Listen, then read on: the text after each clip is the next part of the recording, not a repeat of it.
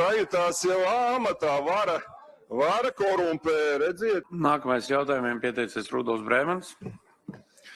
Labdien, es tādā pozitīvā noskaņojumā šodien dienu sākt gribēju, bet arī, cerams, turpināšu, jo es šajā runā Trejas kundzei, laikam tas būs jautājums, pirmkārt runā dzirdēju, ka Ziediņas kundze praktizē atvērto durvju politiku, un mēs kā reiz gribējām piedalīties sanāksmē ar Bauskas ielas iedzīvotājiem, un tur burtiski durvis ciet turēja ar fizisku spēku Tomeļa kungs, un Ziediņas kundze stāvēja blakus un teica, ka nelaist iekšā deputātus no opozīcijas.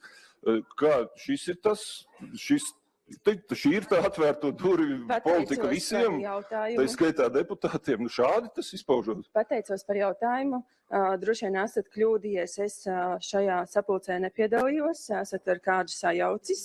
Nestāvēju blakus nevienam, kas jums iespējams turēja durvis. Tā bija Līga Lapiņas, atvainojos, jā. Tad jūs līdzīgs manā skatījumā. Bet jums arī ļoti ir jāsaprot, ka šīs bija dzīvokļu īpašnieku sapulces, un cik man ir zināms, jūs neesat īpašnieks nevienam no Bauskas ielas 15 dzīvokļiem, tā kā no jūsu puses. Domēji arī pieder dzīvokļi.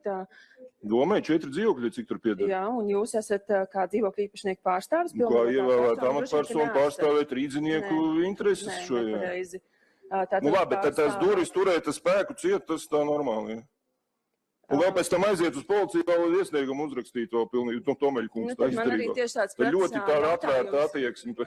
Jā, vai jums liekas normāli ar varu lausties iekšā? Mēs nelaustāmies ar varu. Viņš normāli paskatīt, bet labi. Jums ir kādi jautājumi? Jā, vēl jautājums, cits jautājums. Tas gan laikam Trejas kundzei, kas notika ar Ediju Pelšu, respektīvi iepriekšējo direktoru pienākumu izpildītāju, kurš bija 4 vai 5 gadus pienākumu izpildītājs, un tad viņš pats aizgāja laikam uz Mārupi projām, jā, un tagad uzreiz pāris mēnešu laikā bez konkursa šī te karjeras izaugsme, kā jūs teicāt, ja nemaldos, Edijas Pelšu pieņēma darbā kā reiz Ziediņas kundzi no nulles sākot, jā, un sanāk, ka viņu apsteidza tādā veidā. Un saprotu, ka tad Ziediņas kundze ir Nacionālās apvienības biedre bijusi, ja, kaut kad izstājās.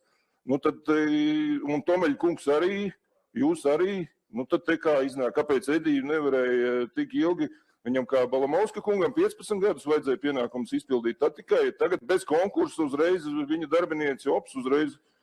Kas tur notika?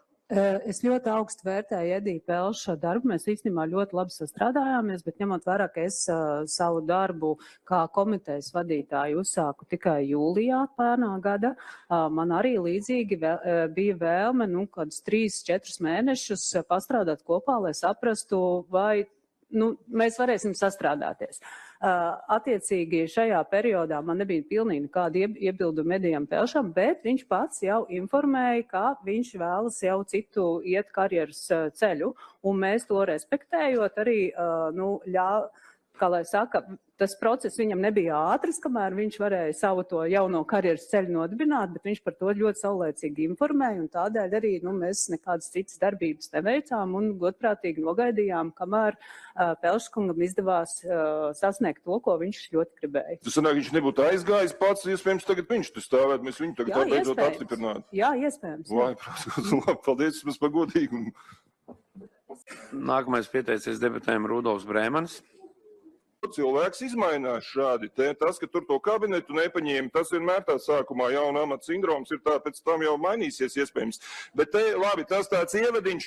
Tagad pēc būtības par jautājumiem, ja, kas te notiek. Mans klausoties šīs tādas gan arī vai padomi laika slavinošās runas, ko tikko dzirdējām jocīgi, jo nevienam citam nebija, ka te ievēlēja.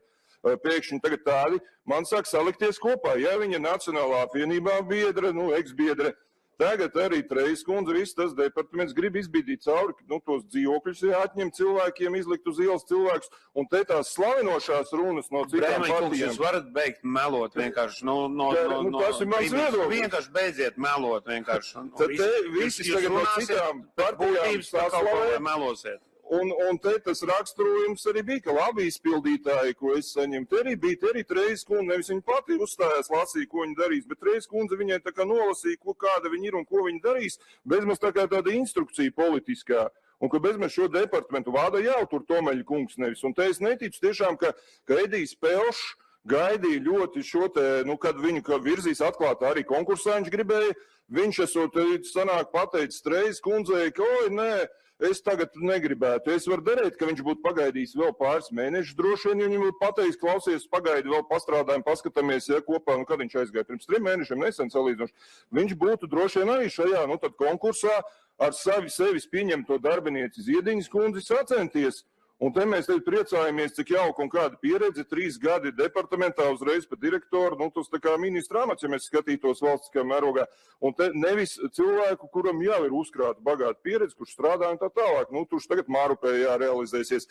Bet, tā kā te es saku, ko mēs pret jau tagad būtu jocīgi balsot, ja, ka šādi te no tribīnas apmelo un tā tālāk.